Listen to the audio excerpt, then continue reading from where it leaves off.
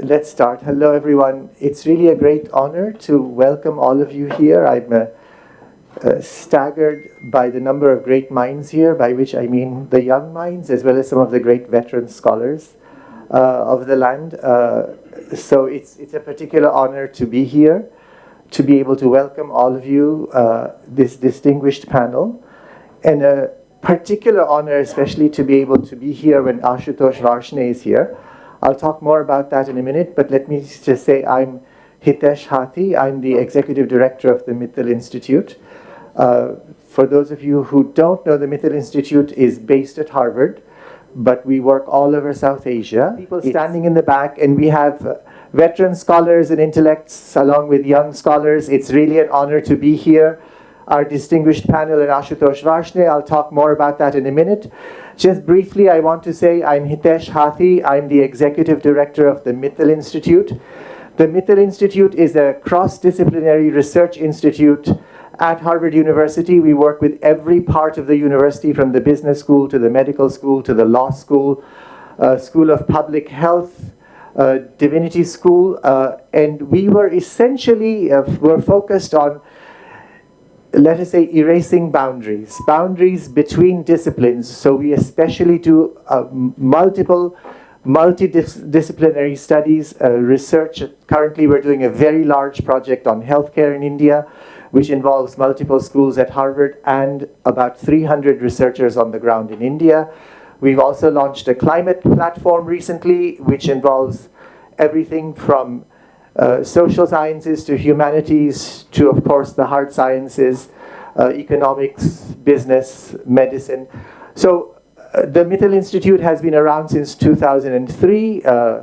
We really are dedicated to bridging South Asia and Harvard University to bring things that are happening and urgent here that are relevant to the rest of the world to Harvard, and to bring scholars, students, experts from North America here for this rich exchange. And that's what we're here for. As you all know, today we're talking about the emerging political scenarios in India. Our distinguished panel, Ashutosh will introduce. Let me just say a brief word about Ashu. Ashu, when I got to Harvard as a graduate student, he was already there in the region. He was somehow associated with both Harvard and MIT. And the third day I was at Harvard, everyone said, "You should meet this guy. He's so brilliant." And so he was our elder, and we've all admired him since. He has kind of blazed the path in thinking about Indian politics and society in the present day in a very disciplined, rigorous way. And that's what we're here to do today. In an age of partisanship where there isn't enough respect for the truth, one of the things that Ashu has been dedicated to, and the way he's put this panel together, is to bring together experts who look at the facts on the ground and bring the principles of political science and its discipline, to look at them dispassionately, to try to get to what is really happening. So I'll let Ashu talk more about the panel. He'll also tell you about timekeeping. For fairness, we will have timekeeping. Annie, who's there, you will see her. She will be holding up the times for everyone. And introducing Ashu, Ashutosh Vash is the, and I had to write this down because he's very difficult to introduce since he has so many accomplishments. Ashutosh Vash is the Sol Goldman Professor of International Studies and the Social Sciences Professor of International Studies and the Social Sciences, and Professor of Political Science at Brown University, where he also directs the Center for Contemporary South Asia. Previously, he taught at Harvard and at the University of Michigan, Ann Arbor. His books include Battles Half Won, India's Improbable Democracy, Collective Violence in Indonesia, Ethnic Conflict and Civic Life, Hindus and Muslims in India, India in the Age of Economic Reforms, and Democracy, Development and the Countryside, Urban-Rural Struggles in India. His research and teaching cover three areas: ethnicity and nationalism, political economy and development, South Asian politics and political economy. His academic papers have appeared in World Politics, Perspectives on Politics, Comparative Politics, Daedalus, Journal of Development Studies. Well, I won't list them all. In addition to professional journals, Ashu also contributes guest columns to newspapers and magazines and is a contributing editor to the Indian Express. Ashutosh, please take us away.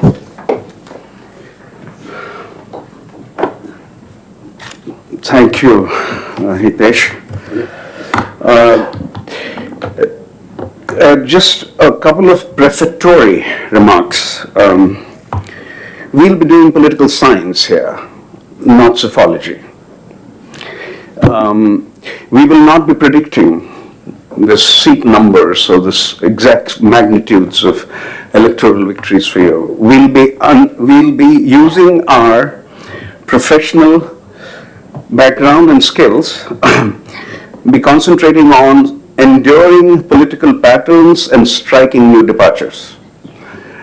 And that will be built around 4 themes. So with that spirit, professionally schooled political scientists talking about enduring political patterns and striking new departures,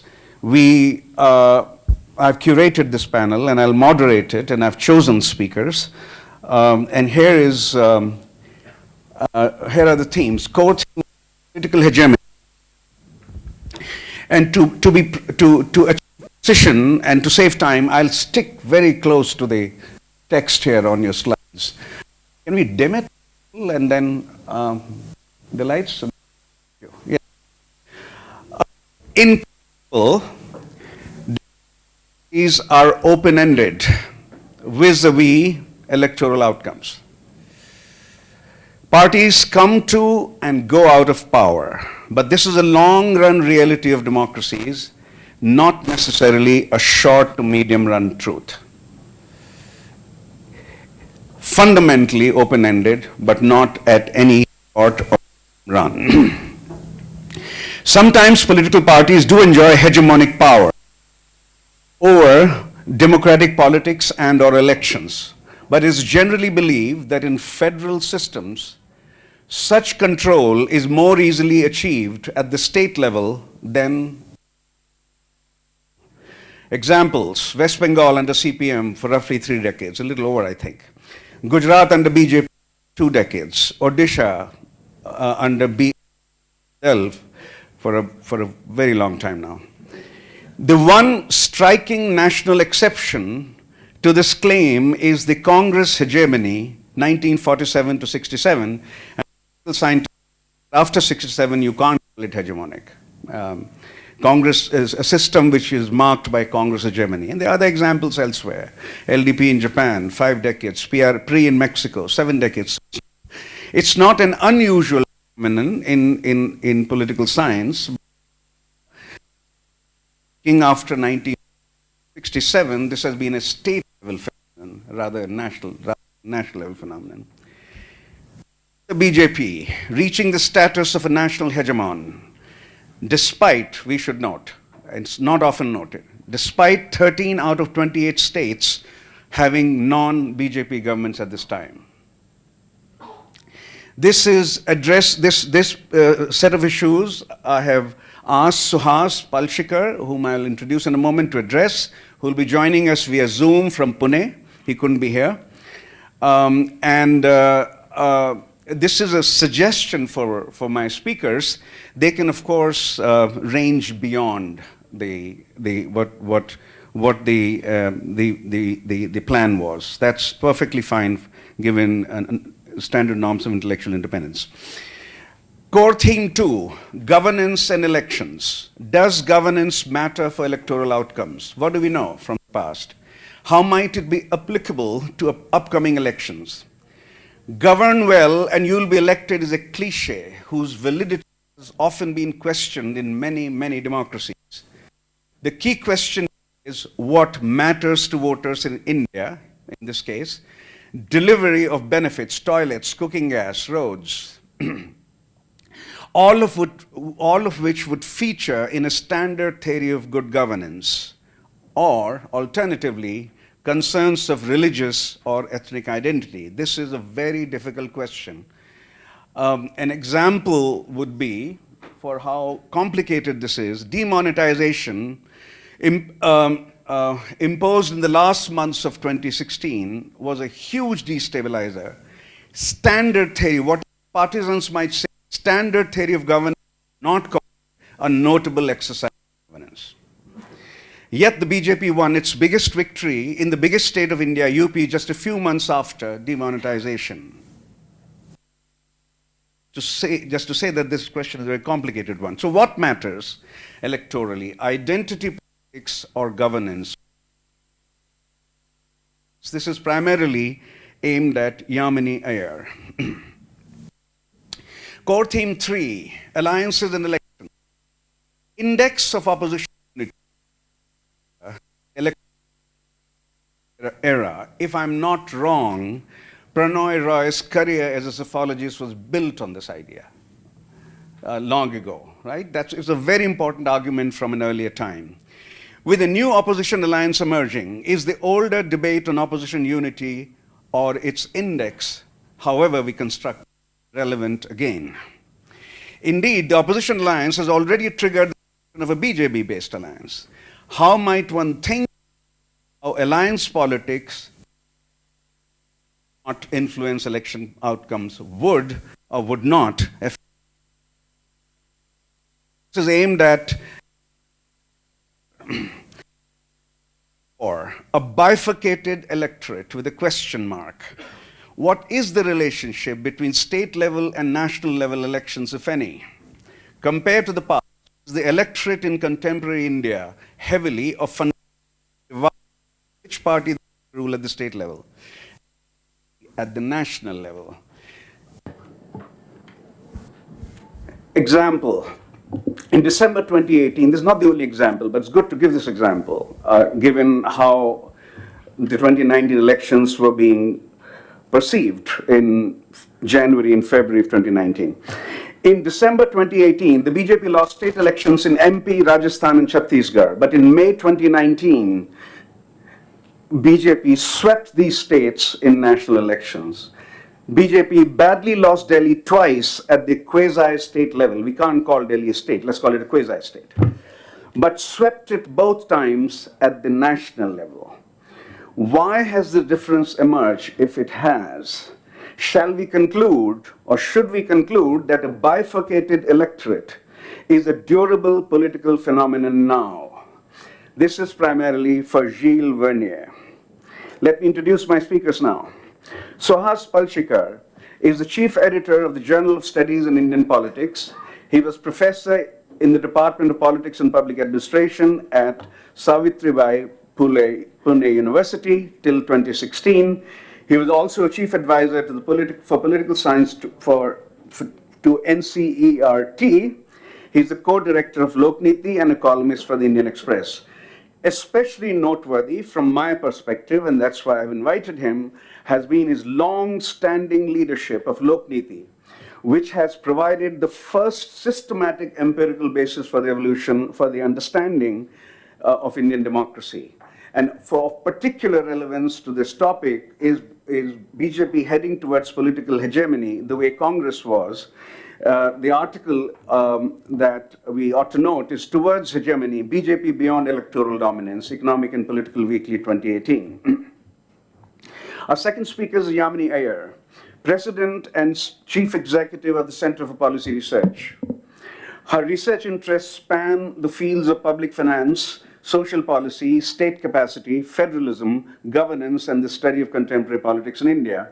And her recent policy commitments include Commissioner and Chair Governance Working Group of the Lancet Commission on Reimagining India's Health Systems, member UN Committee of the Experts on Public Administration, and member Technical Advisory Group, National Data and Analytics Platform of Niti Aayog. I've picked only a few of her many policy commitments, and I see her as one of our best teachers on governance today in India.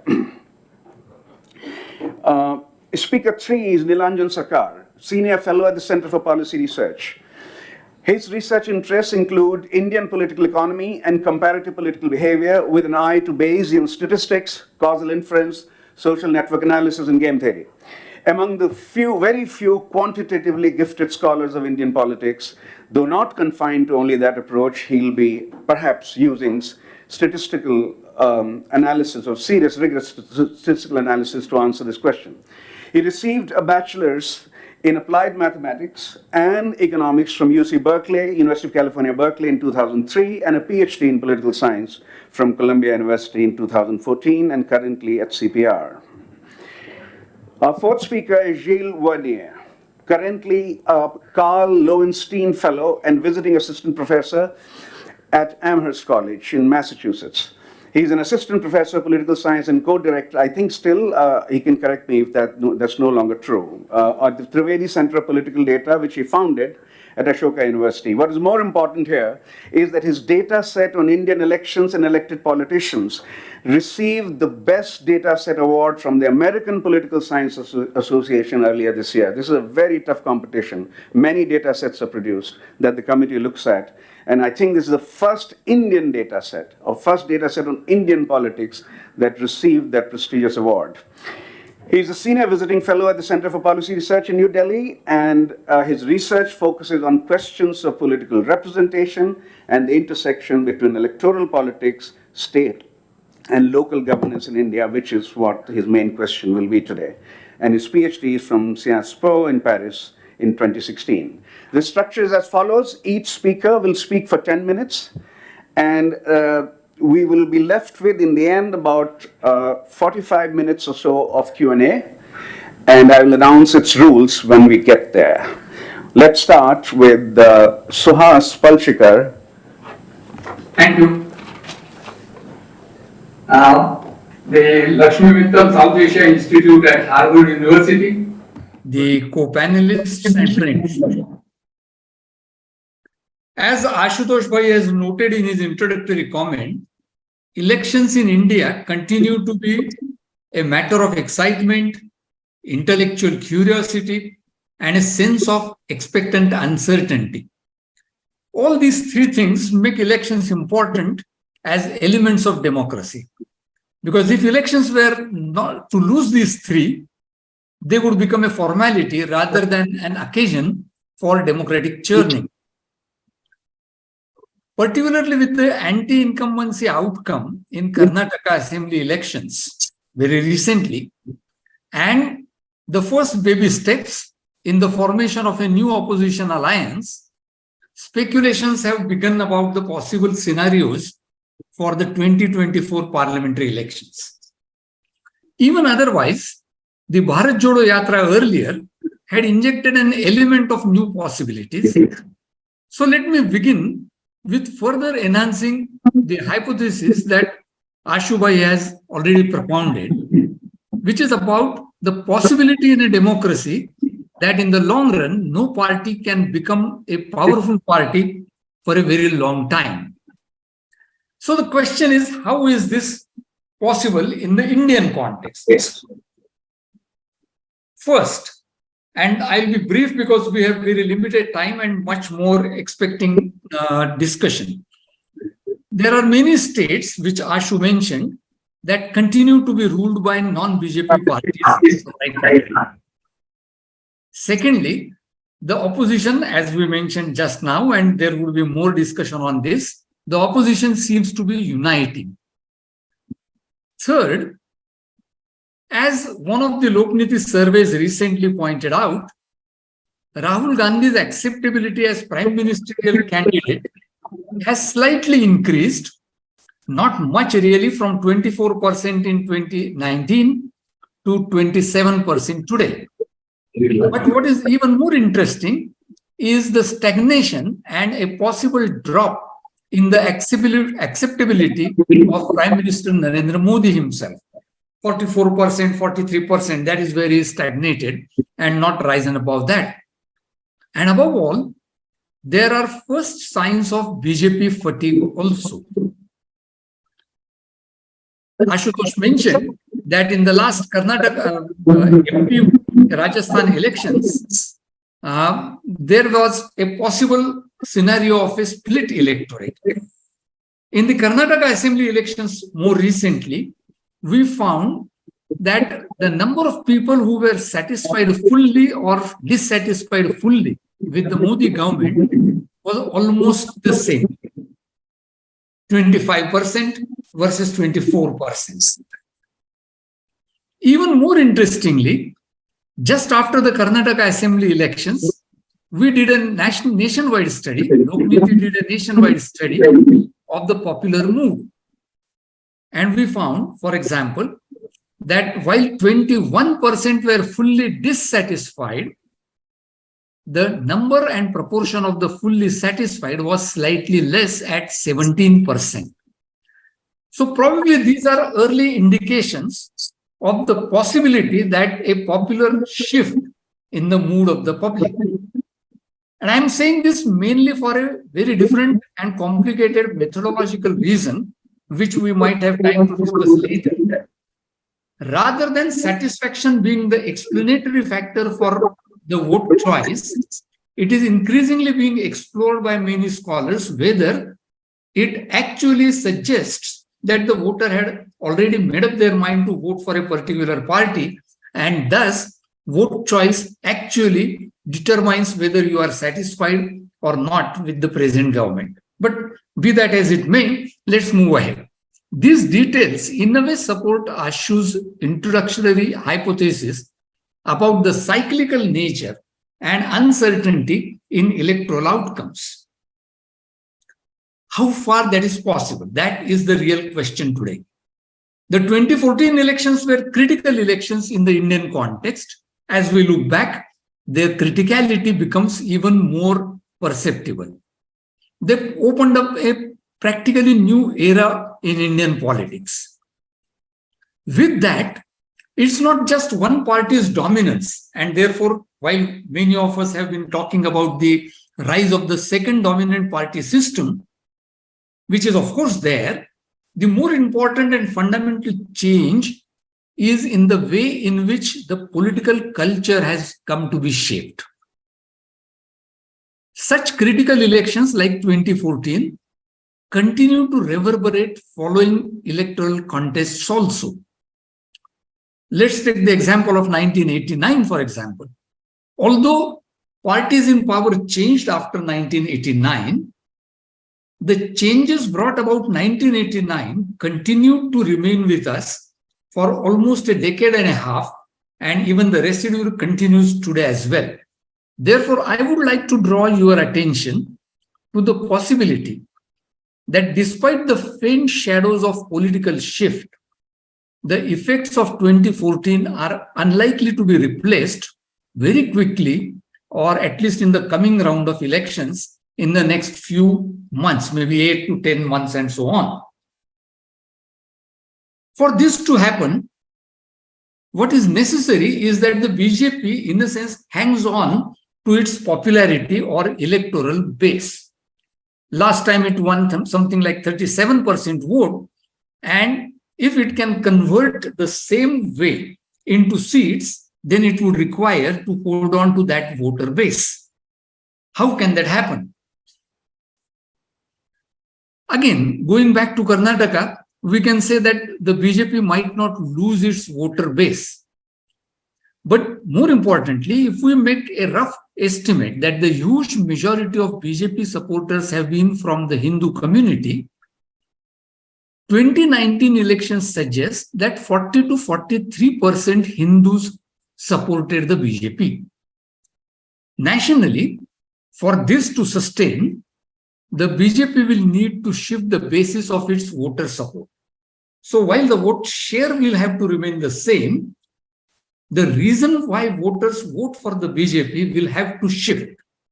It will have to shift from a tripod of development, governance, and religious identity to the singular factor of religio-cultural assertion. If that happens, then it will be difficult to push the BJP out of power. This will be done through displacing development as the necessary connection of Vishwas, as Neelanjan has been calling, and secondly, through the newfound freedom of vigilante action, which supplants the idea of strong leadership. So a new set of factors would, in a sense, prop up the BJP with religious identity and vigilante action, along with Modi's leadership and various other factors, which we need not go into. Ashu has already mentioned that I have been arguing about the BJP's hegemony. There have been very valid concerns raised by many scholars about whether there really exists the hegemony of the BJP. Let us therefore quickly touch upon the anatomy of BJP's hegemony. There is an absence of any serious economic policy alternative, and therefore whatever the BJP says, in a sense, carries the day. Secondly, there is a flood of welfare paternalism. Third, there is a focus on the strong state idea as an instrument of nationalism. And this, in a sense, legitimizes the use of various repressive measures. And finally, there is a legitimacy of public display of Hindu religiosity understood in terms of majoritarian superiority. There are indeed other leaders other than Modi outside of the BJP, but all of them, in a sense, try to pose themselves as strong leaders. So there is an imitation of the BJP model. Similarly, there are many non-BJP governed states, but the performance of the non-BJP governments has generally been not very great, barring a few exceptions. We all keep protesting against illiberal approach to governance, but that again is not exclusive to the BJP. So these do not become the basis of popular mobilization. Nor will this therefore help in shifting the dominant discourse ushered in by the BJP over the last decade or so. Before I conclude, let me get back quickly to electoral calculations for a moment. Two questions will become central in deciding whether the current hegemonic hold of ideas and electoral upper hand of the BJP can be breached. One, and I'm not stepping into the discussion that Nilanjan and others might undertake. One, much will depend on how the Congress itself performs in states like Karnataka, Odisha, and maybe also the bipolar states where it is directly in contest with the BJP. Two, to what extent the BJP is able to hold on to states like UP and Gujarat, Madhya Pradesh, Rajasthan, practically where last time they won all the seats. Electoral upsets are not sufficient condition of breaching hegemony, and I'm repeating this what I have said earlier, that electoral upsets are not a sufficient condition, but they surely are a necessary precondition for that breach to become possible. Therefore, such and similar electoral calculations as we are doing here today constitute an important part of the discussion of hegemony as well as the discussion of the future course of democratic politics in India. With many complicating factors that I have briefly touched upon, I would therefore argue in conclusion that India is at a cusp. Politically speaking, we are at a cusp today. On the one hand, there is a tendency of hegemony becoming stable. And I think this is one of the major points that I would like to make, that in spite of various signs of opposition to the BJP, the hegemonic tendency is becoming stable. But on the other hand, and that is where the earlier hypothesis that Ashubhai mentioned comes into play, there is simple fatigue with the BJP. Much will depend on whether that fatigue is translated into meaningful politics. That is where electoral game spills out into the larger arena of democratic politics and make the coming 8 to 10 months extremely challenging for analysts of Indian politics. So I would not, rather than sticking my neck out, I would simply say that there would be an interplay of this fatigue and stabilizing hegemony in the coming period that we will witness. Thank you very much. The basic idea is that the concept of hegemony cannot be reduced to electoral dominance alone, and there is a stabilization of BJP's worldview and ideas. And what elections can possibly do is that if the fatigue, the rising fatigue also translates into an electoral breakthrough of some kind, then the hegemony of ideas can also perhaps be challenged. But that's where, that would be one summary, one way to summarize what Suhasa said. Our next speaker is Yamini. And the topic is governance and elections. Thank you, Ashu, and trust you to raise really difficult questions and then say that you can find 10 minutes to answer them coherently and comprehensively. So he's thrown a challenge. I'm not sure I'm up to the task, but let me try. I think the way I see it, the broad answer to the question, does governance matter to electoral outcomes?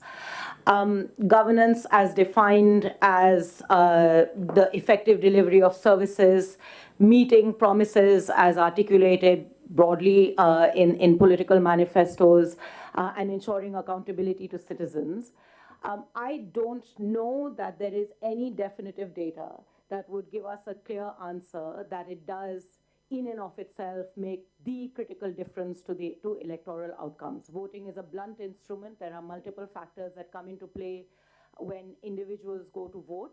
And I don't know, I'd be happy to be corrected, but I don't think that we have good definitive data that will enable us to say yes loudly and boldly. Yet, if you look at how political parties position themselves at times of election, perhaps because much of India for a remarkably long time has been caught in a low-level governance equilibrium, governance, or the aspiration of something loosely called good governance, remains quite central to how political parties position themselves. Think to maximum governance, minimum government. Think to Gujarat models, Delhi models, Dravidian models. These are all models of service delivery, of good governance, aspirational governance that is presented by political parties when they get into the electoral battlefield. And I would argue that this is so crucial for political parties from the point of view of gaining broad-based political legitimacy and, in some ways, also distinguishing themselves from each other in the electoral battlefield. Don't forget, corruption too comes up repeatedly and again. If there's one measure perhaps of governance, it is corruption.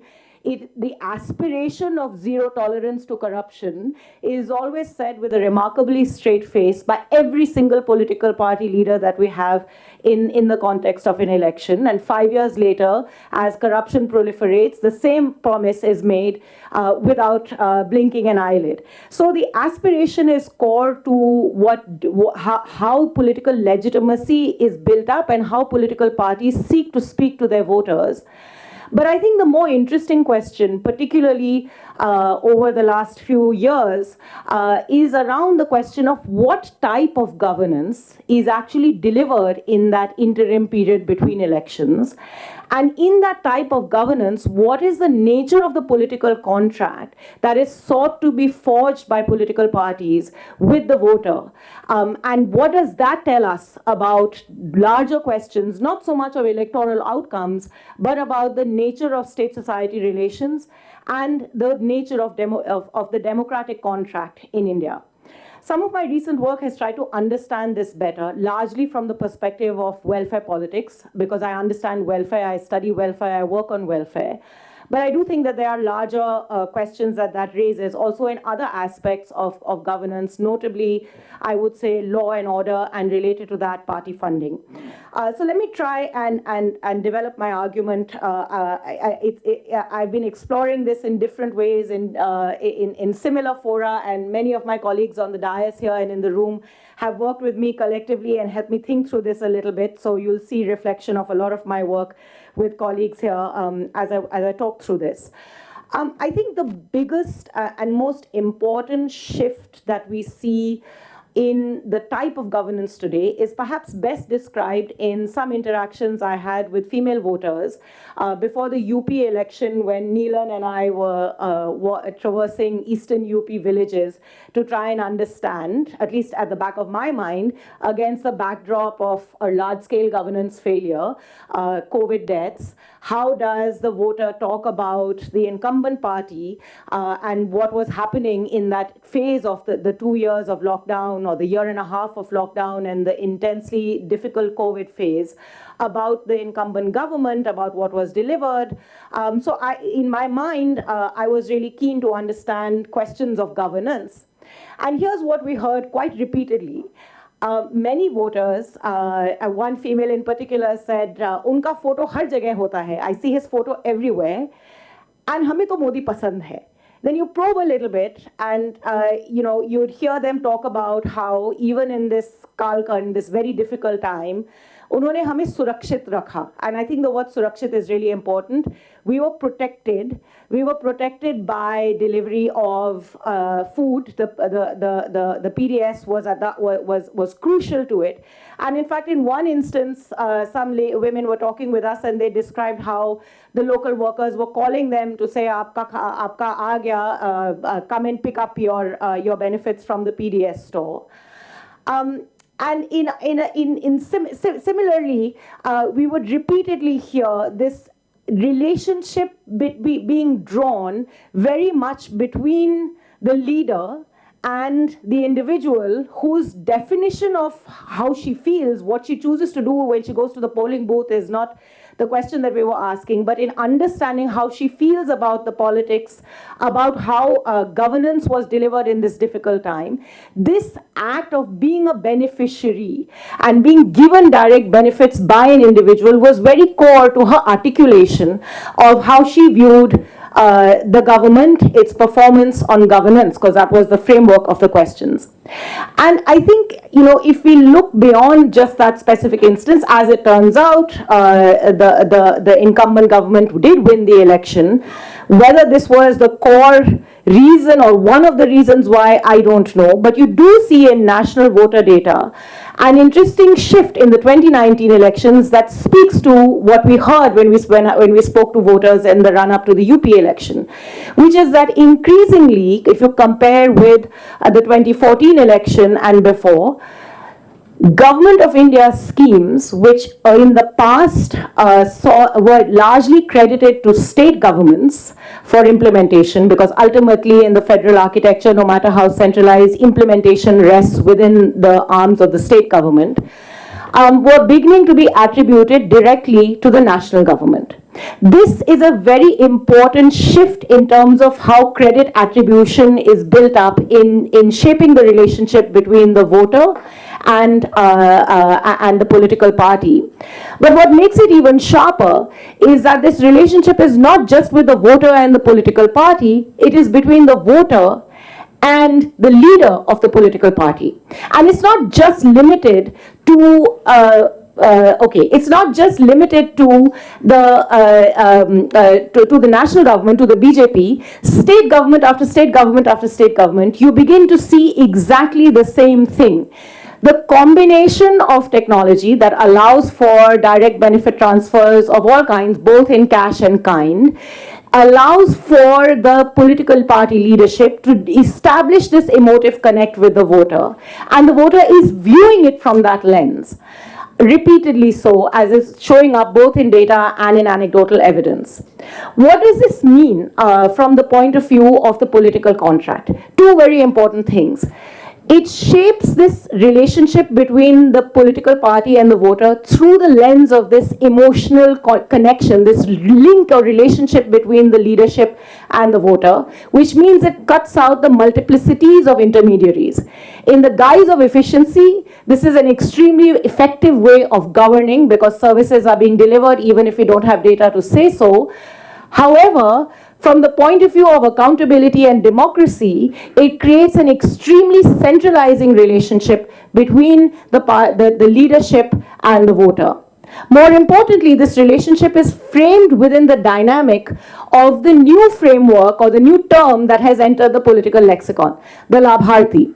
It has no longer been spoken of as a citizen-state relationship. It is about the Labharti Varg, the recipient of the benefits.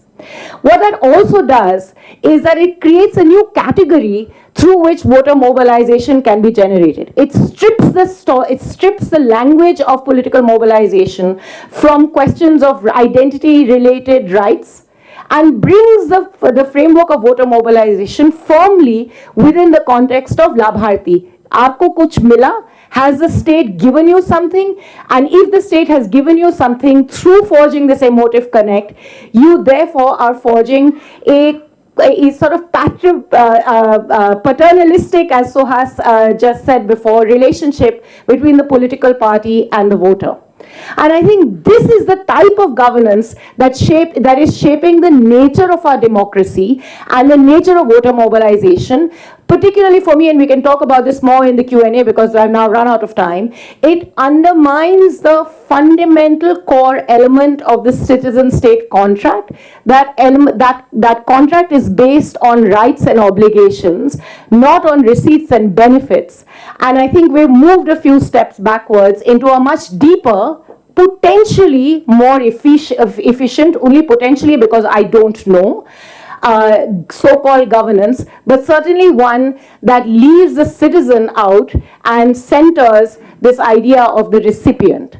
And just a last point also, the second element I wanted to talk about but ran out of time was on law and order, which is 101 of governance. And again, repeatedly it comes up in our sojourn to Uttar Pradesh before the elections, this idea of law and order, suraksha, which the men spoke of a lot, was repeatedly said. But I think it's worth probing the conditions under which political parties are able to maintain law and order, certainly in the context of Uttar Pradesh, drawing on the work of my colleague Harish Damodran and Neelan as well. The centralization of party funding has played an important role in enabling the state governments to be able to effectively maintain law and order because they are no longer as dependent on the local business, i.e. also local mafia, to be able to fund their political parties' activities. So the role of law and order, while core to governance, how this is achieved also has important implications on this larger question of political party functioning and democracy more broadly.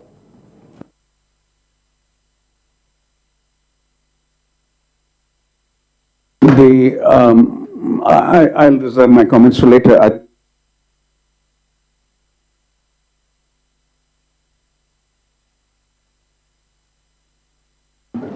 Index for opposition unity and alliance formation.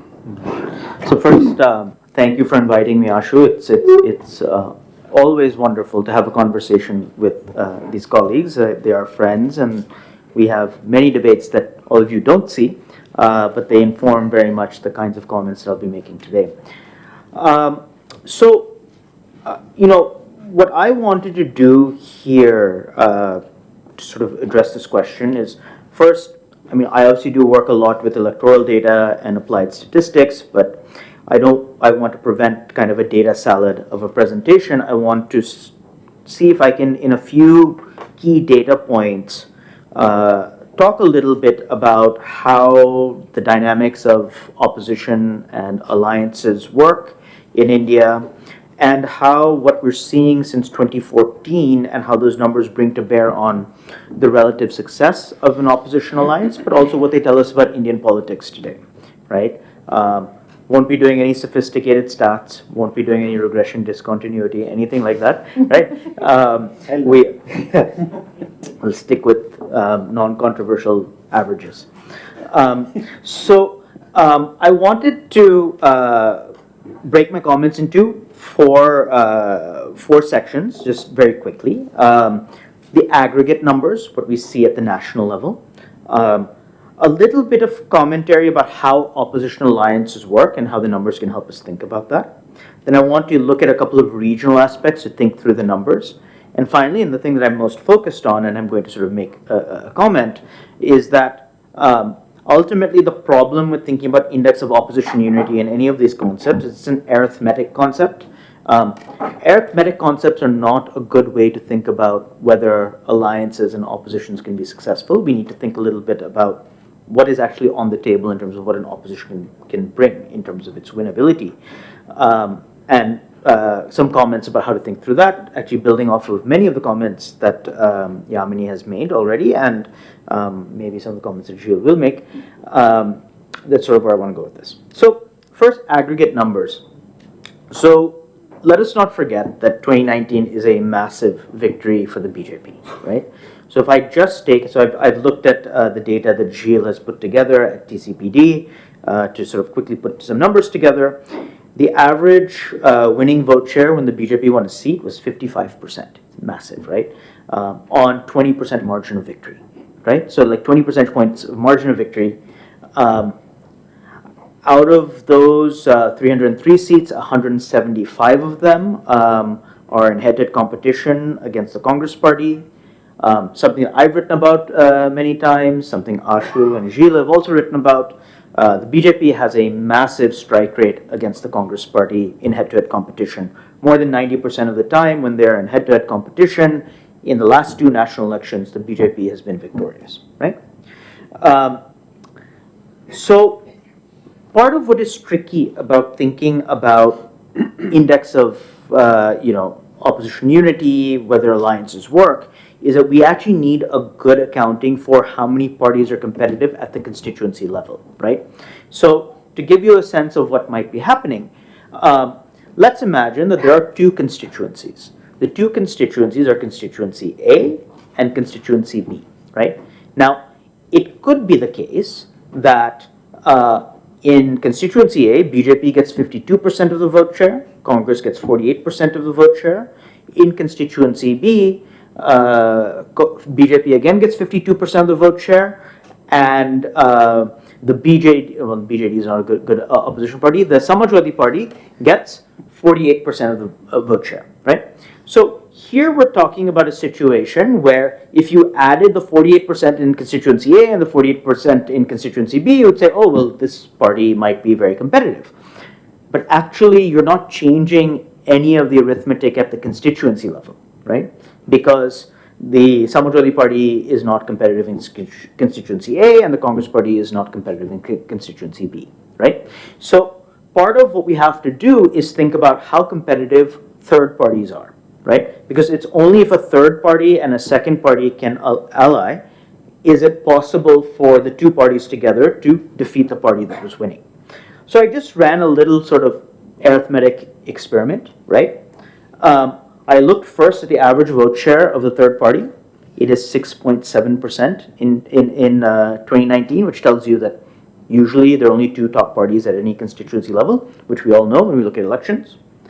I also just said, okay, without thinking about how comfortable allies are with each other, perfect chemistry, let's simply add the vote shares of the second and third party in every constituency in which the BJP won.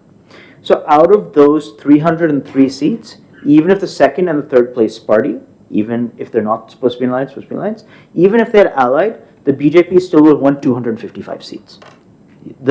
You only would have taken away 48 seats, right? And that's not even looking at BJP's allies. Which is, you can see the sort of take-home point here is that if we're just looking at arithmetic and we're looking at very good chemistry between the opposition alliance, we're not really looking at much chance for the opposition, right? So we need to think a little bit more beyond just the sort of simple arithmetic benchmark. Okay, so I want to sort of help us think a little bit about that. So first, how do opposition alliances work, right? So there are at least a couple of different stories out there. One is, which people sort of know very well. Well, it's great that the BSP, right, and the Samajwadi Party want to join together, but it just so happens that, first of all, the party organizations of those two parties may not like each other very much. There is a rivalry between the Dalit community and many OBC communities in Uttar Pradesh. So just simply saying that those two parties together does not mean that the vote share will transfer cleanly between the Samajwadi Party and the BSP. And therefore, if we were to simply add their vote shares, that is overstating what will happen if they form an alliance, right? There is actually a story we don't talk much about. There is a story how an alliance can actually do better than the sum of its parts. And that story is something like the following. Let's imagine that we are in a constituency where the BJP has gotten 40% of the vote share, okay? And we are in a place where the Samajwadi Party and the BSP equally split and got something like 18% of the vote share. And 22% went here and there and everywhere, okay? Now, if I take 18 plus 18 is 36, it's still less than 40. But it could have been the case that voters were looking there and said, look, the BJP is going to win anyway, so I'll just vote for my most preferred party. I like the BSP the most, I'll vote for BSP. I like Samajwadi Party the most, I'll vote for them. I like Azad Samaj Party the most, I'll vote for them. I like whatever, right? Now, when I add the two together, I'm at 36%. The BJP is at 40%. Now that combine is a competitive party. And it's possible that strategic voters will now just push the alliance over the top. Okay? And I want to talk a little bit about the conditions under which that happens as well, right at the end. Okay? So, first, let's just quickly look at what happens at the regional level. I always tell people you should look at 6 states if you want to guess what's going to happen. States are Maharashtra, Gujarat, Madhya Pradesh. Perfect. Maharashtra, Gujarat, Madhya Pradesh, Rajasthan, UP, Bihar. In 2014, 70% of the BJP seats come from there. In 2019, 60% of the BJP seats come from there, right? So you can see that there are a lot of dynamics there, right? A couple of them are Congress versus BJP direct contests. And then, of course, you have 2 very large states in UP and Bihar, which are not, but where the BJP has been doing very, very well, okay? So the big question to sort of think about in terms of whether the opposition is going to make ground, one, Suhashji has already talked about, right, which is that will the Congress have a better strike rate? We're not saying it'll be a 50-50 strike rate, but you shouldn't have a strike rate of less than 10% against the BJP. And the second is there are these question mark states, right, where we've seen a lot of opprobrium at the state level, Bihar, Maharashtra. We do not know how popular the BJP is. We don't know how much frustration with state politics is going to come up to the national level, right? Karnataka is also there, but Karnataka is also a BJP versus Congress state, right? Okay, so in my last few minutes here, I want to just talk briefly about thinking beyond the arithmetic, because I'm trying to sort of tell you the arithmetic is quite hard for the opposition. The first thing is that there's the most common factor any voter will tell you, right, is the TINA factor, right? Anybody who's in India has heard of the TINA factor is there's no alternative. Now, it's a very strange thing because the very definition that we have of democracy at the academic level is that there are alternatives, right? So Robert Dahl can be broken down to most people can vote and there are alternatives, right? So if there are no alternatives, that's not typically a good thing, right? That doesn't mean that vote isn't fair, but it just tells us something about the quality of democracy. So the opposition needs to think maybe not about arithmetic, but what does it even mean to be an opposition? Is there a narrative? Is there a common program? Is there something that I can say is an alternative, even if it's not going to be electorally successful, right? And today that's perhaps very hard, but it's something worth thinking about under what conditions does it happen.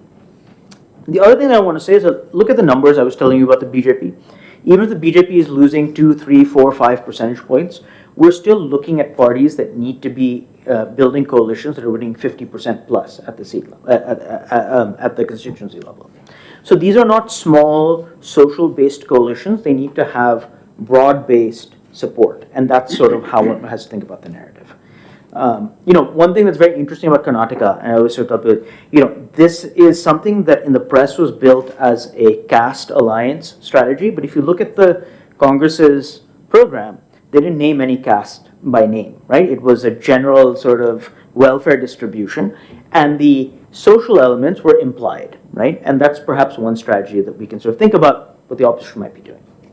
Final point, both Suhashji and Yamini have talked about this. I've made an argument that what it makes Modi particularly difficult to defeat, and the BJP particularly difficult to defeat, is that people have trust, vishwas, in Modi. So a lot of people know that they trust Modi to deliver benefits for security, and they find reasons to vote for him later, right? How do you defeat somebody who has that kind of trust and popularity in the population? So what the BJP does, and this is very, very important when we think about this, right? And Yamini hit sort of the nail on the head, which is that we don't want to think about a welfare benefit as purely an economic incentive. We want to think about what connection it's building between the leader at the top and the voter. Insofar as it builds into trust, that's a net positive for the BJP. The other piece of the puzzle is that if the BJP is saying you're doing well and you should vote for me again, if I tell you what's happening exactly in your village, that's independently verifiable. I can go and see if roads have been built, if my school is in session, so on and so forth. If I tell you what's happening on the border with China, on the border with Pakistan, that is not independently verifiable to me. And a party that is hegemonic in nature, right, which we've talked about, has certain narrative benefits of picking up these kinds of narratives. So insofar as the opposition is able to strike on things that are independently verifiable to the voter, that puts the opposition in a stronger position as compared to the BJP. Right? So these are sort of some abstract principles. I'm trying to make them more practical, but there are regional elements. But when we think about an opposition, we need to think about a common narrative for an opposition, and we need to think about different cones of information. What is the information set over which an opposition can actually be competitive? So I'll leave it there. Thank you. Thank you. Do we have a bifurcated electorate? And is it an enduring phenomenon? Well, thank you, Ashu, and before I start answering this question, can I take just a fraction of the time allotted to me to recognize our colleague Achyut Yagnik, who we just learned actually passed away. I mean, I think it was yesterday or this morning.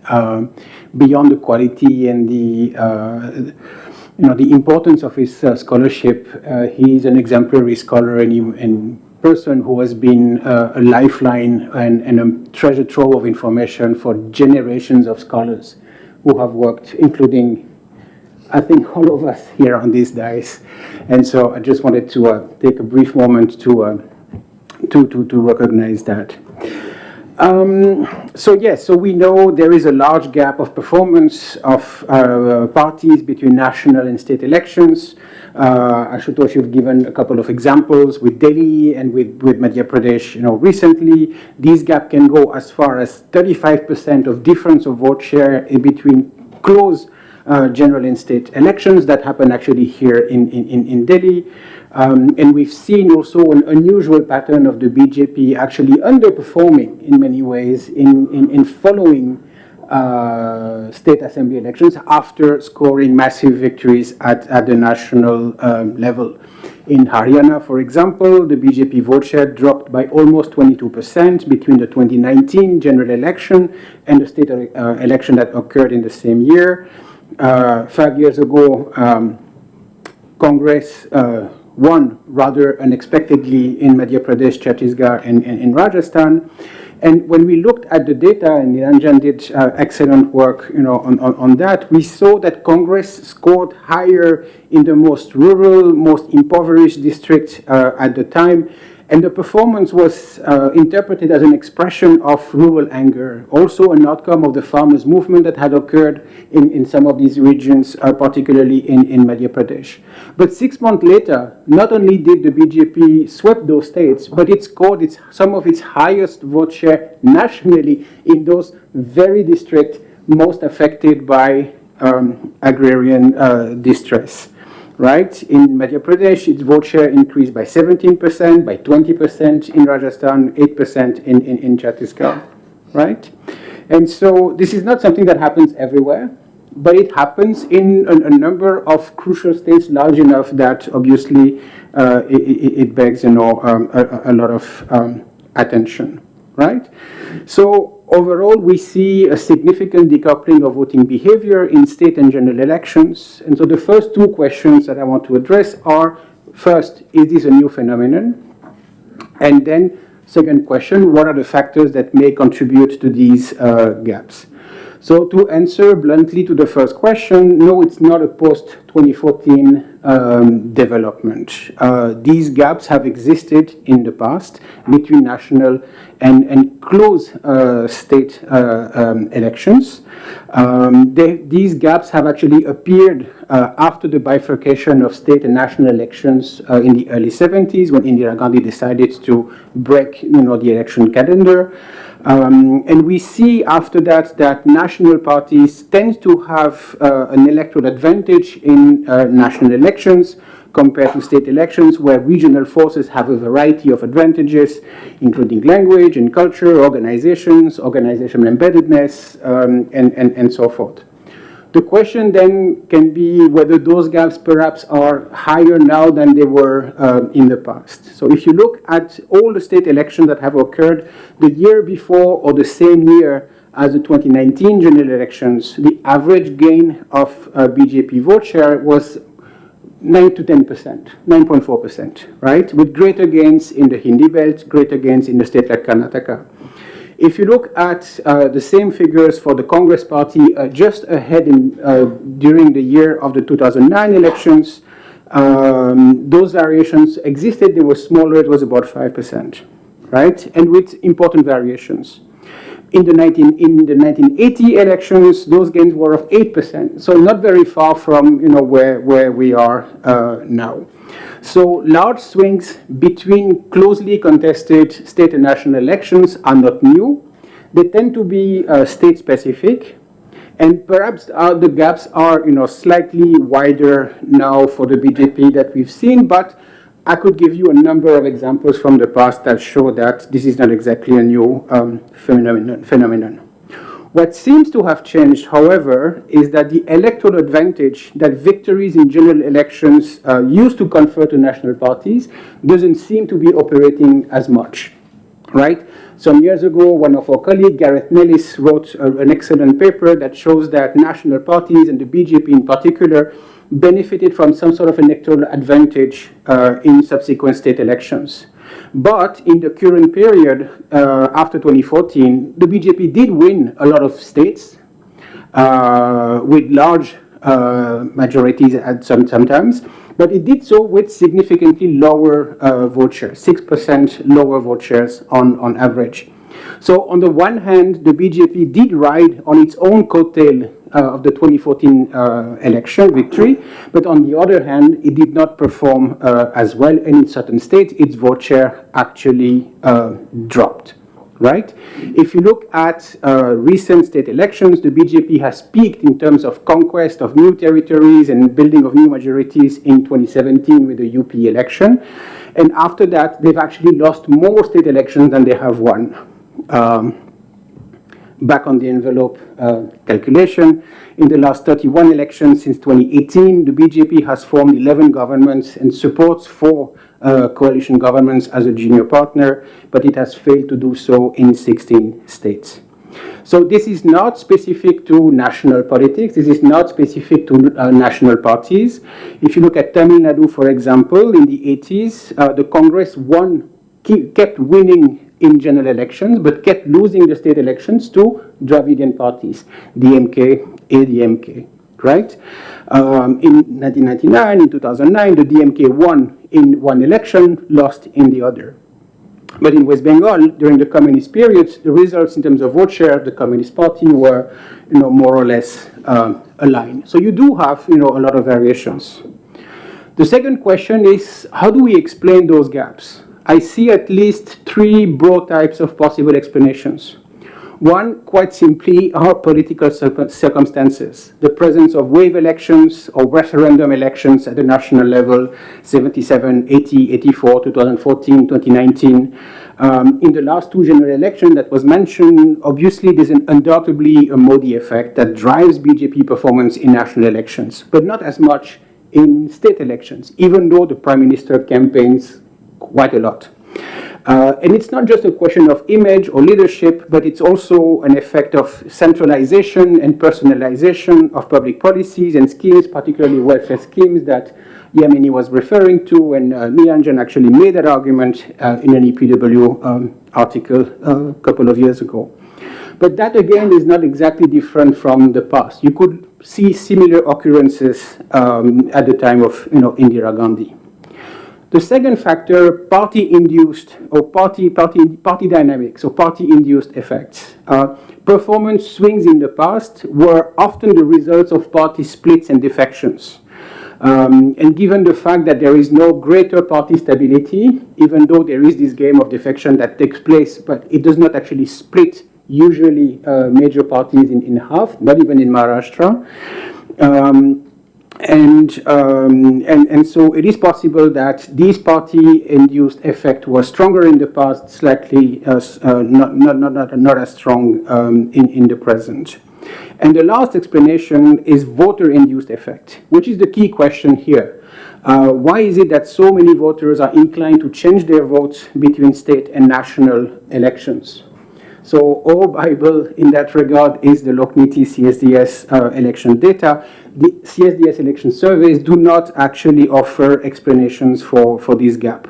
They do find that the effectiveness of national issues is not as strong in state elections, that the Modi effect is stronger in national elections, and that of course makes sense, but it's not a well-measured effect. We can think of other factors that also contribute to that gap. Candidate effect tend to be stronger in state elections. Voters tend to relate more to their MLAs than the MPs, who hardly play any role in their constituencies. Local factor weigh more in state elections. Who your MLA is matter more than who your MP is, right? And more importantly, elections are fought around ideas that go beyond issues and policies. They're notably fought around contending visions of social and cultural identities. If you look at the parties that have beaten the BJP in major state elections in recent years, they tend to be not just regional, but regionalist parties that incarnate or claim to represent regional identities that can be pitted against the kind of generic vision of a national identity that is promoted by the BJP, the Dravidian model, West Bengal, Andhra Pradesh, and so forth. And so that's a feature that most regional parties in North India don't have. The only place where the Samajwadi Party is an Uttar Bharatiya party, it's in Bombay, not in UP, right? And finally, and as a conclusion, what are the implications of this disjunction for our understanding of electoral behavior? One, state elections are not predictors of electoral behavior in general elections. We've known this for a while. Two, these gaps challenge our ability to formulate a theory of the vote in India. As political scientists, we always try to formulate, to find what are the factors that don't just explain, but, determine, help us to predict how people are going to vote. What we know about electoral behavior in India is that it is shaped by a large variety of factors: caste, religion, region, socioeconomic status, issues, ideology. But we don't have really the instruments to weigh these factors relative to one another, right? Precisely because there's a lot of volatility and because we see people behaving, differently in different elections. In order to have predictability, you need to have stability of voting patterns, and we don't have that in India for the most part, right?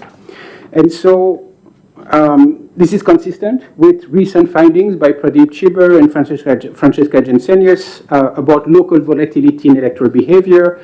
If you have high volatility, if a large number of voters keep changing how they vote from one election to another, then all those determinants of electoral behavior do not operate in a predictive, in any predictive manner. And that's a good news because it basically means that electoral outcomes remain unpredictable. The bad news is that it makes the task of interpreting the meaning of electoral outcomes all the more difficult. What accounts for electoral victories and defeat? Is it caste, economy? Is it leadership? Is it organization? Is it money? Is it campaign effect? It's a little bit of everything in different dosage in different elections. That's probably true. It's not entirely helpful. Thank you.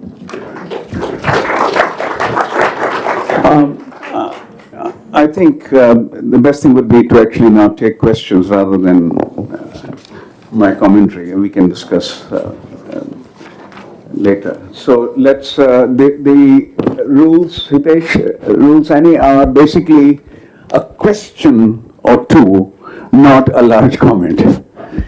And I will ruthlessly cut you off, believe me. So a question, maybe two questions, but not a large comment. Yes, that is simply the nature of the exercise because of the time we have. Let's start with there, and then we'll go back and forth between men and women. That's a good principle now, and we should follow it. Yes. Okay, so my question is to Mr. Nilanjan. Yeah. Sir, as you said, even if opposition manages chemistry and mathematics well, does opposition... Okay, I'm Saket Jha. I'm a journalist by profession, and I also see aspirants. So, yes, Nilanjan sir, my question is to you. Even if opposition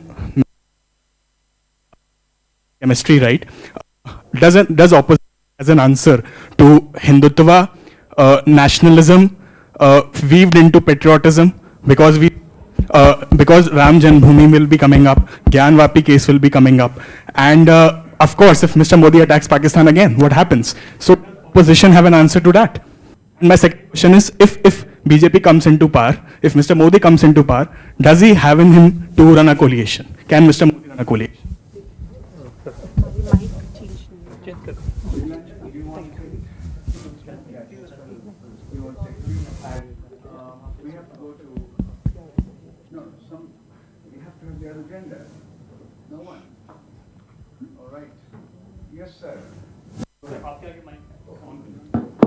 Am I audible?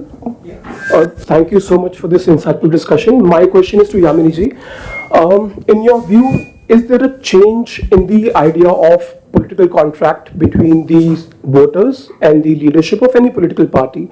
When we see Himachal Pradesh elections results and when we see Karnataka election results, there is a very clear and dominant view that freebies, I mean, there's a contention for the definition of freebies, but when we see freebies being doled out to the citizens or the voters, is that a major factor in deciding the voter outcome or the election outcome? And both these elections were quite a clear indicator because Congress party got a very comfortable majority. Thank you. Thank you for the brevity. Yeah. One last, Harsh. Harsh is Yeah, thank you. Scintillating debate and very fine minds. I'm troubled by something that none of you said. When we're explaining Mr. Modi's sort of exceptional popularity, election after election, people talked about the trust vote, people talked about delivery of welfare benefits in a reliable kind of way. I'm not at all convinced. I travel a lot around the country, I meet a lot of people. The UPA government, what it did through NREGA, what it did through the PDS alone, I mean the National Food Security Act with which I was associated, actually assured 800 million people almost free half their calorie requirements. NREGA did a great deal, and nothing that this government is offering matches a fraction of this. I think clearly Mr. Modi's popularity is related to his extreme stirring of religious hatred and the politics of religious hatred. And we see it, and I think as we're seeing the months approaching to the elections, we're already seeing what's happening in Haryana, we're seeing, and I think it's going to get worse and worse. How is that not central to your analysis?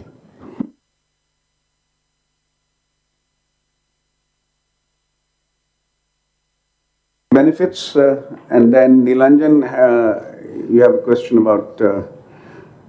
What do you have a question about? You have a question about, is there an answer to Hindutva, yeah, and national security, yeah. Thank you. I think, Harsh, I just want to clarify that I'm not saying that X's delivery is more efficient than Y's delivery at all. In fact, I may have said it in a roundabout way, but I'll say it straight up. We do not even know because we don't have any data on the basis of which to make any of these assumptions.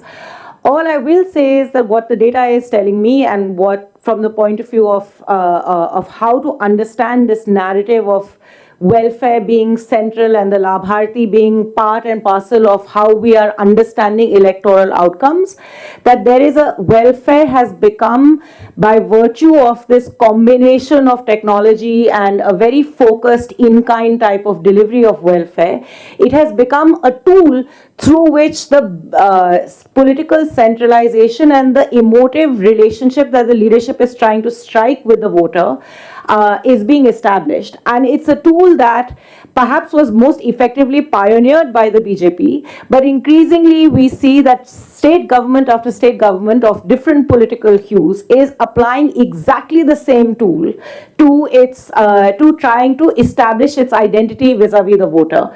And in some senses, this is to me part and parcel of what is bringing together this Hindutva narrative.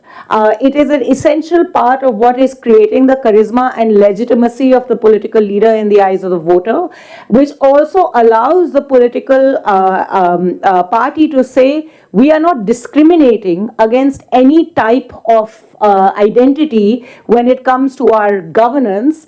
हम सब लाभार्थियों को देते हैं. And what I find increasingly interesting also in how state governments are positioning the different regional parties and even the Congress is positioning their so-called welfare contract with the voter. It is being done not through the framework of specific caste or religious identity. It is being done through broad categories of people. So women, unemployment, these are the categories through which these relationships are being built up. And I think it is a way of taking away the conversation with the voter on these very fundamental questions of rights that then allows these larger identities to unfold. And that is to me, exactly the fundamental difference between the welfare contract that is being built today versus the welfare contract that was built in the past. Welfare was never central to any political party's approach to the political contract. It was social movements that pushed hard to place welfare on the national agenda. But because of perhaps the presence of social movements largely, that agenda was framed in some grammar of rights. We've lost that grammar. From rights we have moved to recipients, all the way back to the Mai Baap Sarkar of Yo. In the literature on citizenship that I'm dealing with in current research, there's always a distinction made between citizens and subjects. Yeah. Nagrik ya praja. You could translate it. So what would be rights-based claim on the state is essentially become a largesse, right? Rather than a rights-based claim on the state.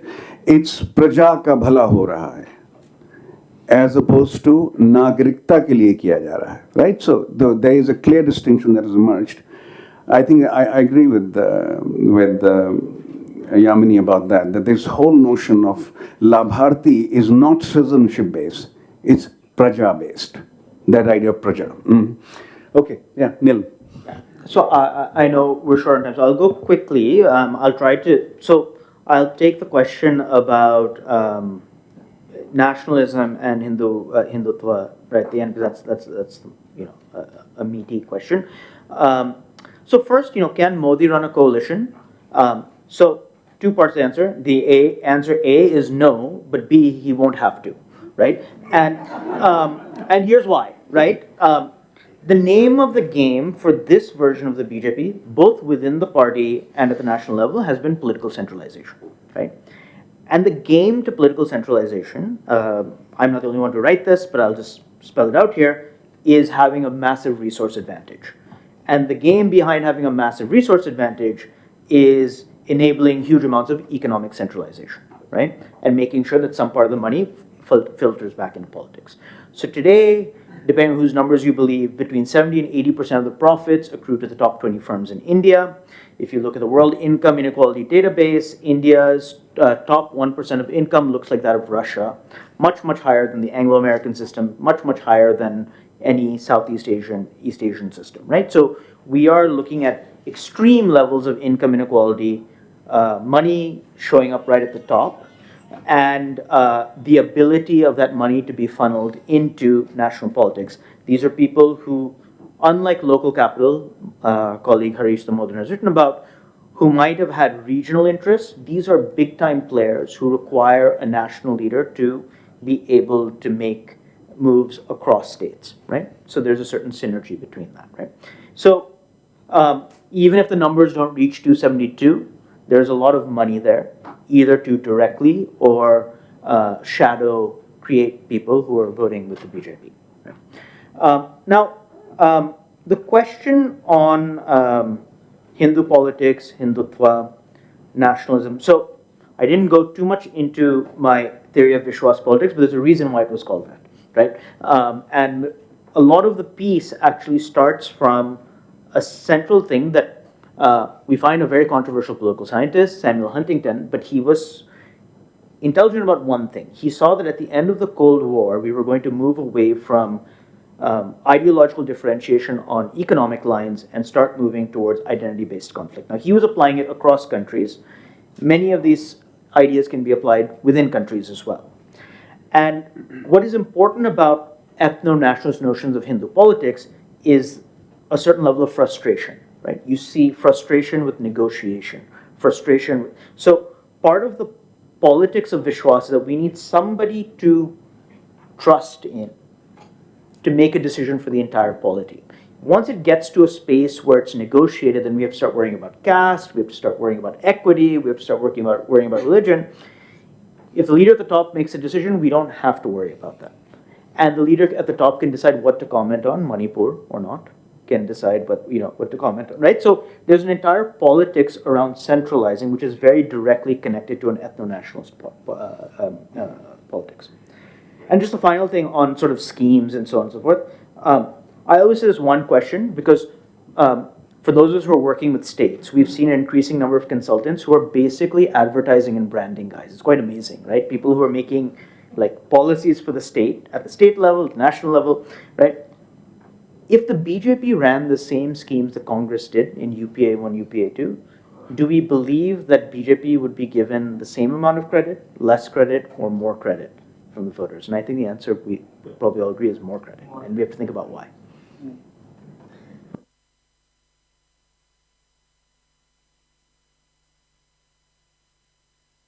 I think we should try and answer that.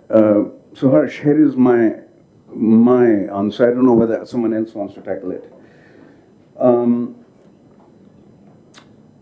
If you look at 2014 and 2019, there's clearly a shift of something like 7 to 8% for the Hindu vote for Mr. Modi. So you go from something like 36% of Hindus voting for him to, as someone mentioned rightly, that's in Lokniti data, 44%, right? And as soon as I saw that, the piece I wrote for General Democracy, I also said that this actually is, depending on what other issues are available for maximizing vote or increasing popularity, this could be very Trumpian. What did I mean by that? 70% of America is white. His first cut into that was, if I get 70% of white vote, I don't need anyone. Then you can organize it state-wise, right? But the first cut into that is, in the war room of an election is, here is the first cut, here is the second cut. I need 70% of their vote. And then I can put together Hispanics, some Asians, etc. My sense is Mr. Modi is heading towards that strategy. And he was, in 2019, he wants more than 50% of Hindu vote, not just 44%. And also because national security will be a very dangerous move. Now, why? Because in all probability, a national security, electorally driven national security move against Pakistan will get China involved. Because India has come so close to the United States. So international relations will come in a very, very, very interesting way and dangerous way. There is no way India can take on China. India can take on Pakistan, cannot take on China, right? Therefore, the likely strategy is going to be national security reduced and brought into domestic politics, meaning a greater attempt at Hindu majoritarianism. This is my answer to your question. But it has to go through 14, 19 now, other issues on the agenda, and therefore I see a lot of violence and a lot of polarization coming up in the next 7 to 8 months. This is the logic for that claim. We have 5 more minutes left. Did you want to say something, Jail? Yeah, I mean, there's a concept that we use in political science and which usually apply to other countries, which is actually useful in our context, which is the concept of ethnic democracy, a system that maintains basic functional features of an electoral democratic system, but that actually denies the principle of equality to citizens on the basis of some form of differentiation. It's usually ethnic, it's usually religious, it can be ethnic, and of course, in the context of India, it is Hindu versus Muslims. And the purpose, or the purpose of such a conception of politics is to make minorities redundant or unnecessary to the crafting of electoral victories, right? And in order to achieve that result, they have to be not just marginalized, because there's a long history of marginalization, but they have to be excluded from each and every aspect of the public sphere. And so, on the one hand, the BJP says everyone is eligible to benefit from more largesse and more generosity, but you may not have a voice, or you may not everyone can have a claim at actually being represented. A lot of my work is on political representation and examining the claims that parties, not just the BJP, but across the board, make about inclusion and looking at a variety of factors at caste, but not only at caste. It basically shows how people recruited into politics with the job of representing the population at large belong to a tinier and tinier segment of the population, diverse on caste, homogeneous religious-wise, in terms of class, in terms of economic features, and so forth. And that's definitely the direction that things have been taking. So let's take, I need from the organizers an advisory note. We are at 7:27. Do we have the permission to go on for an extra 15 minutes? There are lots, they play a lot of interest and a lot of questions, a lot of hands up. With the permission of the audience, I would like to go ahead and stay for 15 more minutes. Okay. Thank you. Okay, so let's, thank you. So let's start here. We have to have now, according to the policy, the other gender, right? That's important. Nirupma's hand is up and your hand is up. You go first, Nirupma. Nirupma Subramaniam. Thank you, Ashutosh. I just wanted to understand in all this, I think I know the answer already, but I'll ask anyway. Where does the repression of individual rights, freedom of expression, the inability to criticize government without fear, where does it start biting? At what point does it start biting in this? In the mobilization around Labharti or in the mobilization around religion, what is that point when it will start biting? Because in the emergency, we did see that these were big issues. Are these not issues anymore? Excellent question. You should answer that. Yes.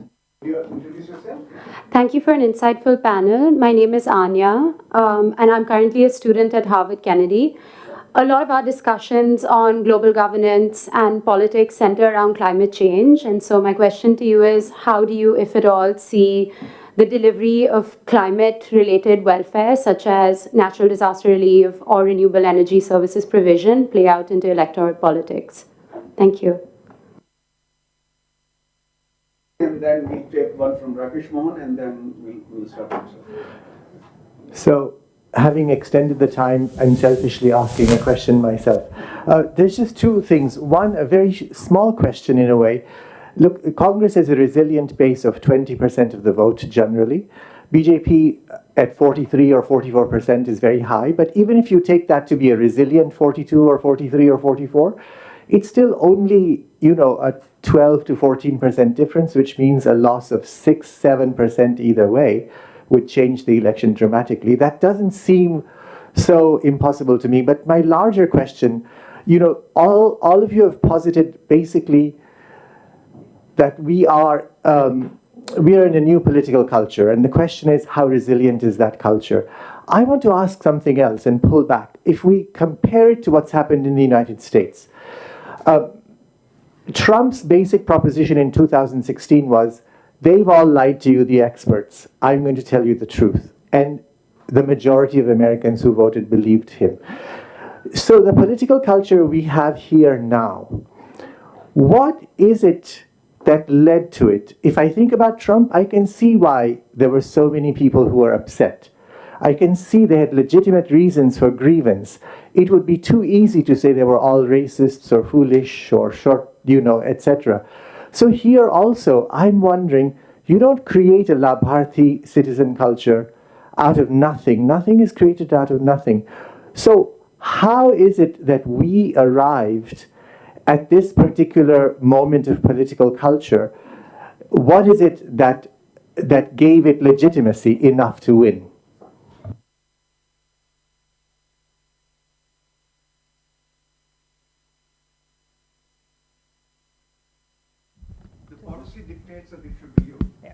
Thank you.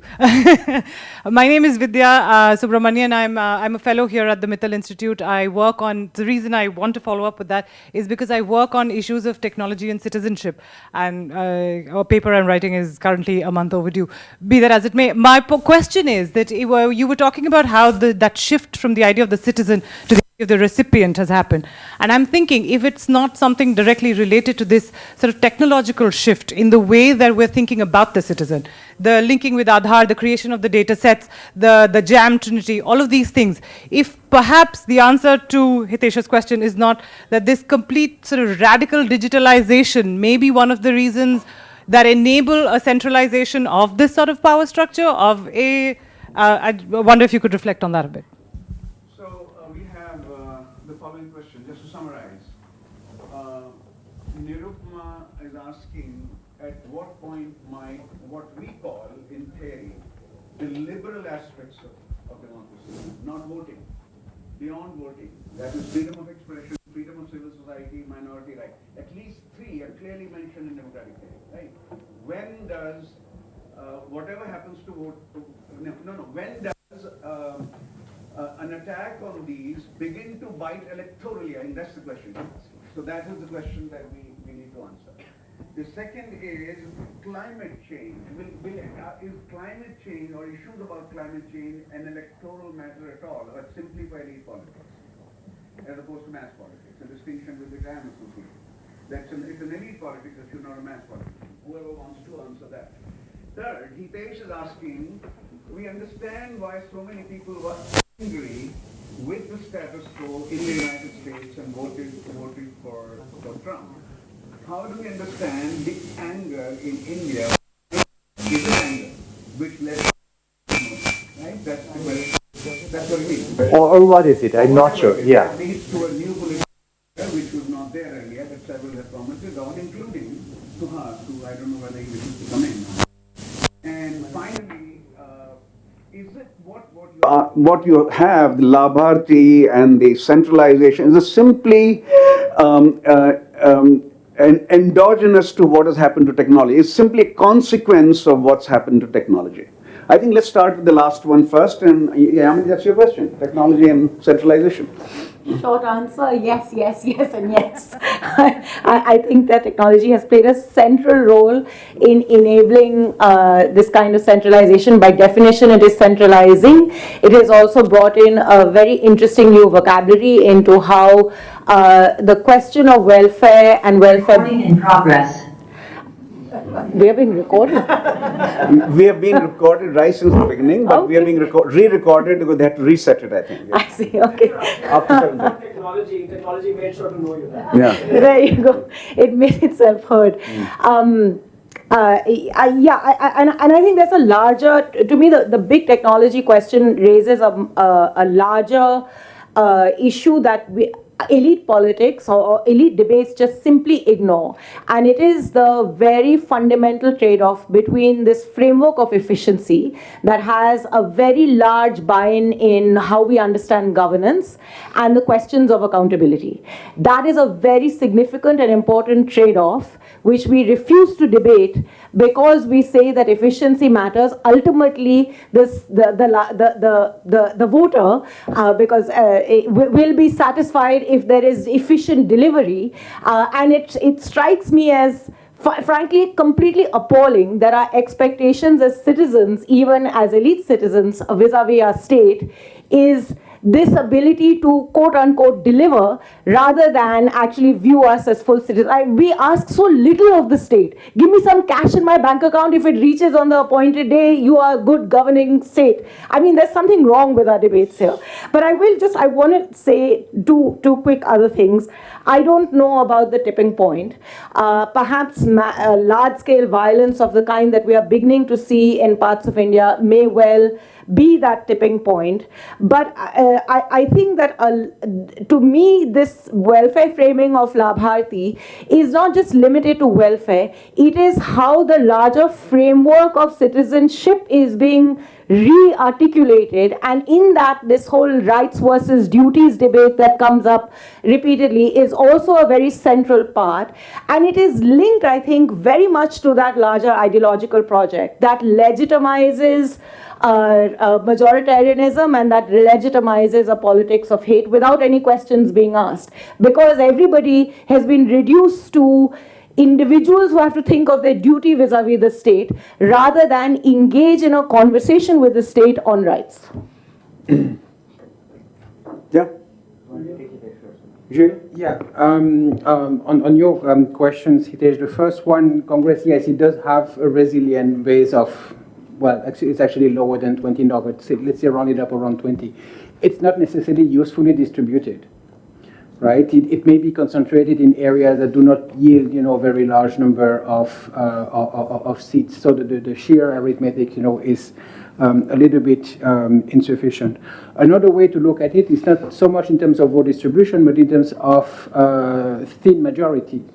If you look for all the discourse on hegemony, for all the discourses, the parliamentary majority of the BJP at the national level is around 55%. With extraordinary strike rates distributed across the Hindi belt. In a way, it takes only a few seats, across all these states to actually produce a very different outcome. This is perhaps what you're asking. Yeah. Right? Yeah. Right.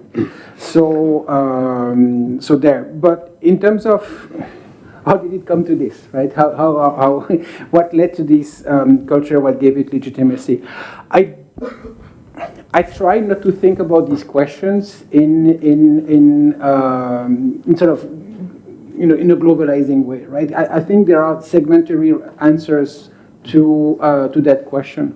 One aspect that strikes me quite a lot, having been in India for almost 20 years and having observed political change in India for the last 20 years, is the resurgence of assertion of traditional elites and public expression of anger of traditional elites who, for a variety of reasons, cultivated a perception that the system was no longer playing for them, or the system was no longer, working in their favor, which is something that is analogous to white discourse in the US, this white victimization discourse. And so... but with one difference, let me intervene here a little bit. With one big difference, white community of the United States is 72%. Right, 72%. Yes, and traditional elites of Hindu society cannot be 72%. If by them you mean the upper caste are not more than 16-17% of India. Yes, but they are not. Yes, but so the issue is that your traditional elite have managed to bring in the OBCs. 45% OBCs voted for BJP. 33% of Dalits voted for BJP. Every third Dalit voted for BJP in 2019. So I think what is to be explained, if I may sum it that way, what is to be explained, how do the traditional elites which might have felt marginalized, how do they bring in OBCs and Dalits into the fold? Except that this discourse is not expressed in terms of elite identities, but in terms of Hindu identity. right? Which, when you look at the contours of it, looks like the contour of an identity defined by traditional elites, the kind of version of Hinduism that is being promoted, and so forth. Political parties get very, very prickly when you sort of poke at this claim of inclusion and diversity. The fact that upper caste representation has gone back to pre-Mandela level after 2014, mostly across northern India.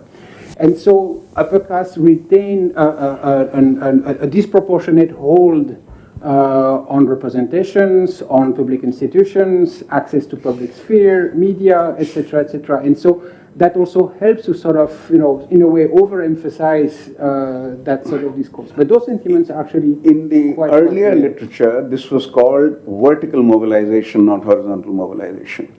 That the upper castes are beginning to lead a coalition of castes under their leadership. That's what's called vertical by the Rudolphs, and the famous distinction about how the caste mobilization, the caste mobilization would be basically horizontal, whereas upper caste bringing in OBCs and Dalits together, that will be a vertical mobilization. So it's basically, that's what you're talking about, right? My argument would, to reason in those terms, my argument would be to say that there is obviously horizontal mobilization that takes place, but the benefit of that mobilization remains somewhat vertically distributed. On the repression of rights, Nirupma, this is based partly on how I understand where India is going, and partly on now the widespread reading I'm doing on comparative democracies, where the question that I'm asking with respect to other democracies historically in the world, when did they turn majoritarian and why and what happened, right? And I can give you many examples, but one issue is simply this. The notion that, however presented, but notion that all of us do not have equal rights. Some have lesser rights and some have greater rights. It could be because some of us were slaves in the past and slaves cannot be equal to the slave owners. It could be because history, an interpretation of history says that some communities have been disloyal through centuries. The disloyal communities cannot be given the same rights as the loyal communities. Right? So a different version of the argument, which is not individual-centered and rights-based, which is community-centered and about differentiation of rights based on the community's history, and also the notion of duties. No Democrat ever makes an argument, enduring argument. You can make an argument of duties when Kennedy said, during the Cuban Missile Crisis or something like that, all non-democracies invoke the idea of citizen duties, and all democracies invoke the idea of citizen rights. Right? Duties, they can come and go, but that's not an enduring proposition. Enduring proposition about rights. We are clearly in that discourse in India moving from a discourse of rights, which for example was represented in NREGA, to a discourse of duties. Right? So, and that is along with that comes the idea, if that becomes legitimate, that becomes very popular, then there is also a popular base that emerges for a penal state. A punitive state, and there are examples after examples I can give you that I'm reading. The penal state, which punishes people because they don't, their behavior doesn't tally with the two ideas I've just proposed. Last question, we can't leave out Rakesh. So Rakesh Mohan's last question, you have the privilege. Thank you. Let's see who will answer. Okay, two questions. One from Rakesh and one from you, sir. And I'm sorry I couldn't get to you. Okay. Thank you. A very brief question. Essentially on the purported hegemony of BJP. My question is that the hegemony of the Congress wasn't broken by other parties, it was broken by their own fissures, one after another, of splitting from the Congress party. So many other parties came up from their splits. So my question really is, do we not expect something similar, particularly because so many politicians from other parties have defected to them, including the very vociferous Assam Chief Minister, for example. So that's my question. My name is Arch. Thank you. Last question. Yeah, last question. आपकी आवाज बुलंद बोली ना, हमारी आवाज बड़ी बुलंद है, हमें जरूरत नहीं है। Explanation of welfare schemes and the centralization of all of the other aspects of society, what do we expect when Modi doesn't want to retire? For example, when that Modi effect, for example, and that fault line I want to explore within the BJP, because apparently, as far as I can tell, everyone expects Modi to retire in 2026 or whatever. 29 or whatever. Now, as far as I understand bullies, people don't like to retire, especially in Indian society. Successful people, it's difficult for them to retire. So that fault line I want to explore within the BJP, how that happens and what that implies for that relationship that the voter has made with the people. If Modi is no longer there, will that in a longer horizon relationship with the BJP continue in a Hindutva point of view or in a welfareist point of view and in other parts? Yeah. Excellent question. You're asking a question that has been discussed a lot in political science when regimes like this are so heavily dependent on Can that backfire, the centralization backfire? At what point do you get a tipping point and a very quick unraveling? Yeah. Will that be internal, as Rakesh is trying to conjecture here, proposing as a possible answer, or will that be something else, right? So this idea, in systems like that, there's a lot of political science which I say, it reaches a tipping point, we can't predict when, and then a very quick unraveling, very, very quick unraveling. So let's say Nilanjan hasn't spoken. Yeah. Hasn't spoken in the last few minutes. Okay, so I'll start with the question about, what does breakdown of the BJP versus Congress look like? So, I think, first of all, we have to be honest about the timeline of the breakdown of the Congress was. If we think of the original stone being cast when Indira Gandhi tried to centralize power and opposition started coming within the party, we're talking a very, very long time before. We talk about Sharad Pawar today with NCP, but we don't talk about, Congress socialists, right? We don't talk about failed attempts of moving away from the Congress. So it is actually a long drawn process, right? So, in some sense, when leaders break away, that's an outcome. That's not a symptom of something happening, right? That's an outcome of a party having a weekend. And the way that I would think about, in many ways, this question has been asked by a lot of you. When does it end? When do people respond to this kind of politics? When will it turn for the BJP? So let me ask it this way. In the last few years, what are the only set of times we've seen any kind of political opposition being successful against the BJP? The most obvious one that comes to mind is the farmers. And the most obvious characteristic of it is that they refuse to engage in the parliamentary and the electoral system, right? If we imagine that the farmers had tried to electorally mobilize or introduce some counter bills to the opposition, do we think that they would have been successful? So, if we think about when does the BJP get in trouble, I think that the language of the farmers was about more than just being farmers. It was a language of inequality. Very quickly putting together protests against Ambani, Adani, and these kinds of, and I think the BJP also very quickly understood that it wasn't just about farm laws, right? And the day that the BJP is seen as a group that is primarily associated with social and political elite is the day that it's going to be in trouble, right? That is clearly not where we are today. Modi represents a certain kind of broad politics, as you've mentioned. So many Dalit voters have been moving over to the BJP. But you can see how quickly the BJP responds when it believes that connection is being made, right? Backs off on farmers' laws. Prashant Jha has written about when Sud Boot Ki Sarkar was said, how quickly Modi recast himself. So there is a political understanding in the BJP that that's where the damage comes from, right? And if that ever happens, then the damage will be very severe. So I'll leave it. Gilles, would you like to? Yeah, on your question, and related to the previous one too, the Congress was prone to split internal divisions, factionalism, because it was conceived and it was built as an aggregative platform of people who had very different ideas on politics, on policy, on what the state should do. They all knew that they wanted to have a slice of it and they wanted to do it together. But there was no really other glue that sort of kept it together. And when the party became more and more centralized, that's how things started breaking down. The BJP, historically, we know, is not a party that is prone to splits and scission because it has achieved over time a much greater degree of ideological and internal cohesiveness.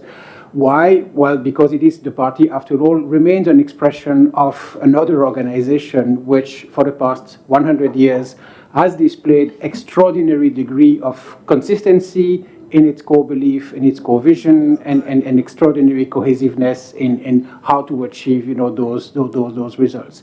Undoubtedly, that provides a great advantage to the BJP in that regard, and that's probably why it's actually not suffering as an organization from the kind of centralization that exists within itself. I think we are running out of time. We have run out of time, not running out. And it's time to, however unsatisfactory it is, that we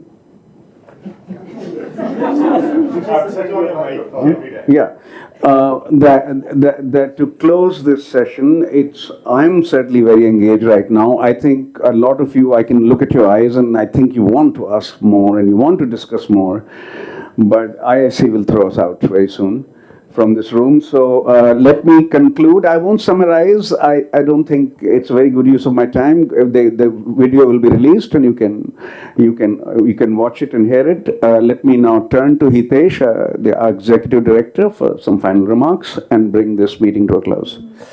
Hitesh. I won't trust that mic, so forgive me for sitting while talking to everyone. I want to thank everyone for making their way here on a kind of monsoony and humid day. We are in an extraordinary monsoon season, and I really appreciated the climate change question because that is, in fact, the reality that we are all going to face and have to deal with in every form of politics, whatever it is going to have to figure out a way to move forward on it. But I want to thank all of you for joining. I want to thank this extraordinary panel. I know we could go on, but it is close to 8 o'clock. And I know that I was over effusive in my praise of Ashutosh when we started, but I think that the last 2 hours have shown that, in fact, he is still my elder, and I'm still learning from him, as I hope we all have, from him and these 4 panelists. Thank you very much. I also want to thank Monica Setia and the staff of the Mittal Institute for having this put together, and I want to thank this extraordinary institution in Delhi for hosting us so well, as always. It is a great place to have and a sign of the resiliency of our culture. Thank you all very much. Thank you all.